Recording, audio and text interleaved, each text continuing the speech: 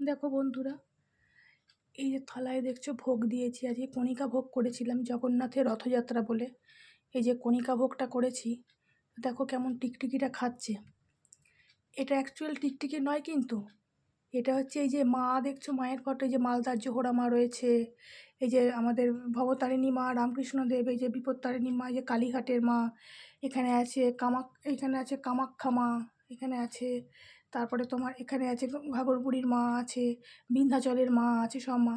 এই মাকে নিবেদন করে এই ভোগটা দেওয়া হয়, সবাইকে তো আলাদা আলাদা থালায় দেওয়া যায় না, এই মাকে নিবেদন করে এই ভোগটা।